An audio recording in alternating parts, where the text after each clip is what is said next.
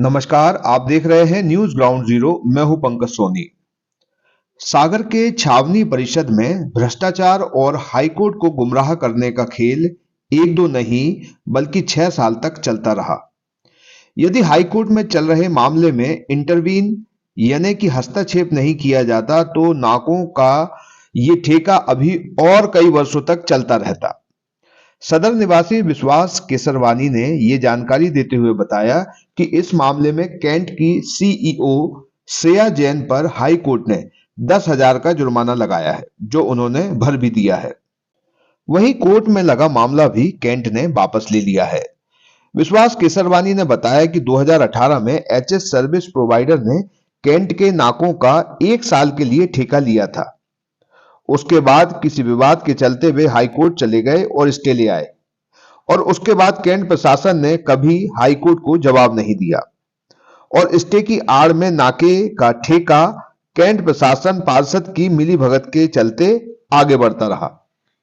इस मामले में जब न्यूज ग्राउंड जीरो ने कैंट सीईओ श्रेया जैन को फोन लगाया और व्हाट्सएप पर टेक्स्ट मैसेज किया, उन्होंने दोनों का जवाब देना जरूरी नहीं समझा। मगर आप इस पूरे मामले को और उसके पीछे के खेल को आसानी से समझ सकते हैं। जो पूरा मामला है जिसमें आप इंटरवीन किए थे याचिका लगा के, और कैंट से जुड़ा ये ठेके का कुछ मामला है, तो इसमें क्या जानकारी है आपके पास, क्या कार्रवाई हुई है? हाई कोर्ट द्वारा कैंट द्वारा जवाब प्रस्तुत नहीं किए जाने के कारण जो कैंट की मुख्य अधिशासी अधिकारी श्रेया जैन है, उनके लिए 10,000 रुपये की पेनाल्टी कोर्ट ने लगाई थी, और वो पेनाल्टी श्रेया जैन सीईओ द्वारा हाई कोर्ट में जमा भी कर दी गई है। ये पूरा मामला कैंट के नाकों से संबंधित जो ठेके होते हैं उससे संबंधित है। वर्ष 2018 में छावनी परिषद द्वारा कैंट के नाकों की निविदा आमंत्रित की गई थी, जो किसी कारणवश स्थगित कर दी गई छावनी परिषद द्वारा। उस प्रक्रिया को एचएस सर्विस प्रोवाइडर, जो उस समय वर्तमान में ठेका संचालित कर रहा था, हाई कोर्ट से स्टे लेके आए कि टेंडर प्रक्रिया को रोका जाए। उसमें उनको हाई कोर्ट से टेंडर प्रक्रिया को रोकने की स्टे मिल गया था। उस स्टे की आड़ में 2018 से वर्तमान समय तक एचएस सर्विस प्रोवाइडर द्वारा ठेका संचालित किया जा रहा है, जिसे अभी हाई कोर्ट ने उसके स्टे ऑर्डर को डिसमिस कर दिया है। कैसे, मतलब किस तरीके से डिसमिस हुआ? ये हाई कोर्ट में अभी 2 दिसंबर 2022 को जो छावनी परिषद द्वारा जवाब प्रस्तुत नहीं किया जा रहा था, जानबूझकर ठेकेदार को और इनकी मिलीभगत से ठेका पिछले कई वर्षों से लोग चला रहे थे। उसमें मैं विश्वास केसरवानी इंटरवीन हुआ उस स्टे वाली प्रक्रिया में।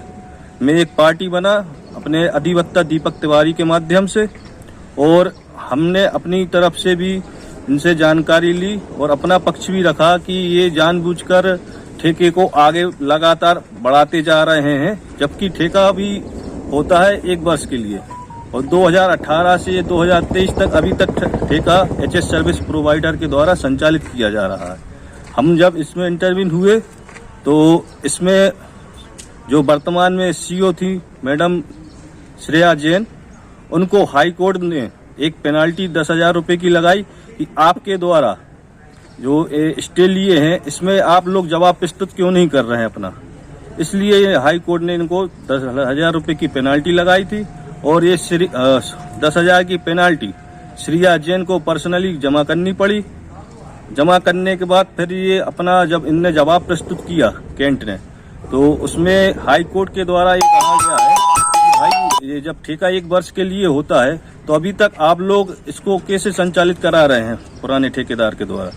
उसी आधार पर इन्होंने हाई कोर्ट ने इसको स्टे ऑर्डर को डिसमिस कर दिया। अच्छा, अभी जो ठेके हैं वो चल रहे हैं क्या? ठेका हाई कोर्ट का ऑर्डर होने के बावजूद भी एचएस सर्विस प्रोवाइडर द्वारा संचालित किया जा रहा है। ये सही है गलत है? ये गलत है। जब किसी विभाग के खिलाफ कोई ठेकेदार हाई कोर्ट से स्टे लेके आया है, उसके खिलाफ में कोर्ट चला गया है और एक प्रकार से फैसला तो कैंट के पक्ष में आया है। कैंट को इस फैसले का आदर करते हुए इस ठेके को तुरंत समाप्त कर देना चाहिए और तो कैंट लीगल तरीके से एक प्रकार से वसूली की जा रही है। कैंट ने तो जवाब ही नहीं दिया 6 साल तक, मतलब ये कोर्ट को भी गुमराह करते रहे क्या? कोर्ट को गुमराह करते रहे। जब मैं इसमें खुद एक पार्टी बन के एंट्री हुआ तो मजबूरी में छावनी परिषद को अपना जवाब प्रस्तुत करना पड़ा। उसी आधार पर इनके मैडम को हाई कोर्ट ने जुर्माना किया और फिर हाई कोर्ट ने आगे की कार्रवाई में ये ठेका स्टे ऑर्डर को डिसमिस कर दिया। क्या जो कैंट है, जिसको ये देखना चाहिए था कि 1 साल का ठेका है और स्टे ले लेके ये आगे बढ़ा रहे हैं, जिम्मेदारी किसकी थी? किसकी जिम्मेदारी? अधिकारियों की मिलीभगत चल रही थी ठेकेदार से।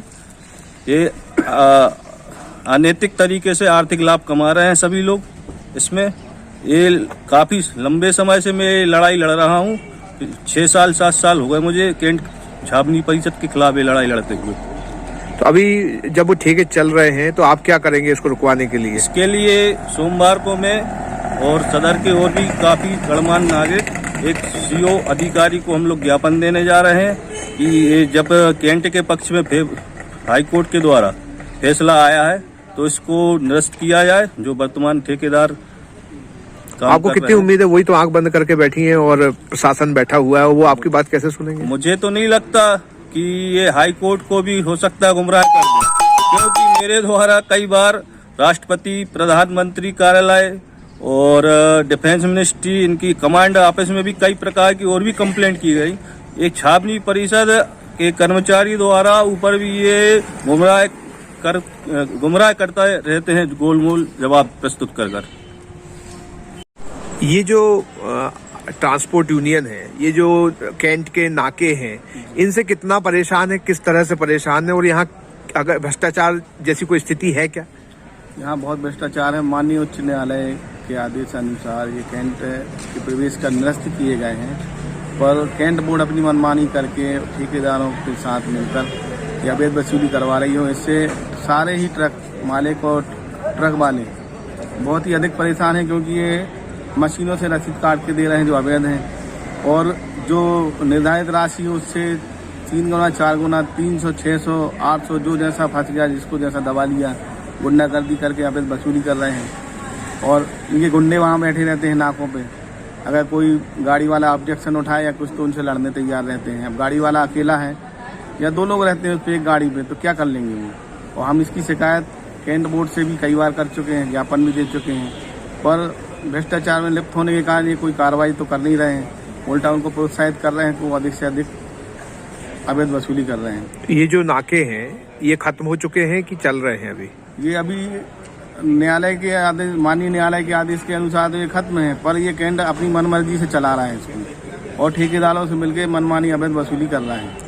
अच्छा, आप तो ट्रांसपोर्ट से आते हैं, आपके जो ट्रक चलाने वाले हैं उनकी क्या शिकायतें रहती, कितनी शिकायतें रहती और उन पे आप क्या कार्रवाई करते हैं? उनकी बहुत शिकायतें रहती। रात में तो वो शराब पी के बैठे रहते हैं लड़के, और ट्रक वाला कुछ बोलता है या कुछ भी बोले तो बगैर उससे गाली गलौज करेंगे, मारपीट करेंगे, और जितना मनमाना चाहे उतना पैसा वसूल करते हैं। वो हमें शिकायत करते हैं, हम इनको शिकायत आगे भी इनको बताया हमने।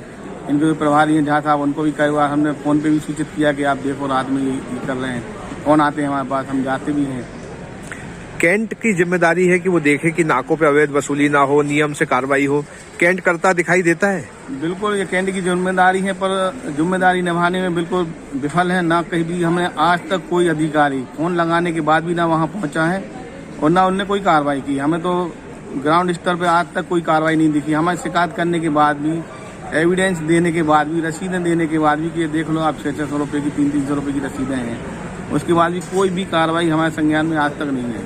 अब आप लोग क्या करेंगे? इसकी अग्रिम कार्रवाई करेंगे, हम फिर से ज्ञापन देंगे, और नहीं इसमें सुधार हुआ तो अब हम धरना देने और जाम लगाने के विचार में हमारी परिषद में ये फैसला हो चुका है कि अब अगर मान लो कैंट बोर्ड इस पर कोई एक्शन नहीं लेता है तो हम चक्का जाम करेंगे प्रशासन को सूचित करके। आपका क्या नाम है, क्या काम करते हैं? मेरा आनंद विश्वकर्मा नाम है, मैं ट्रांसपोर्ट संचालक हूँ और ट्रक ओनर भी हूँ, सागर जिला ट्रक ट्रांसपोर्ट मालिक महासंघ का जिला अध्यक्ष हूँ। क्या आप महंगी दवाओं के खर्चे से परेशान हैं?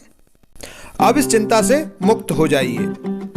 दवाओं के खर्चे में कीजिए 90% तक की बचत। दवा इंडिया जेनेरिक फार्मेसी के साथ। उच्च गुणवत्ता और कम कीमत दोनों एक साथ। 1500 से अधिक दवाइयां उपलब्ध, सभी उत्पाद FDA द्वारा प्रमाणित।